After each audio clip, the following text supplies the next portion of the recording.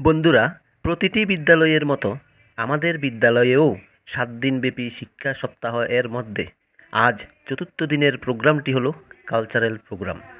কিছুদিন আগেও আমি সহপাঠ্যক্রমিক কার্যাবলী সম্পর্কে বলেছিলাম যে পুঁথিগত বিদ্যার পাশাপাশি আমরা বিদ্যালয়ের অন্যান্য আনুষঙ্গিক যেসব কাজ করে থাকি তাকেই সহপাঠ্যক্রমিক কাজ বলে। উদাহরণ দিতে গিয়ে নাচ, গান, আবৃত্তি কথাগুলিও উল্লেখ ছিল। আমরা আজ বিদ্যালয়ে তা করতে যাচ্ছি এবং ছাত্রছাত্রীদের মনের সুপ্ত ভাবনাগুলো বিকশিত হতে দেখা যাচ্ছে, যা পড়াশোনার মাঝে এটা করা একান্ত করণীয়। যে প্রোগ্রামটা আজ প্রতিটি বিদ্যালয়ে হতে চলেছে, দেখো বন্ধুরা, আমিও কিছু কিছু বিদ্যালয়ের ছবি কালেকশন করে এই পর্বে তুলে ধরেছি।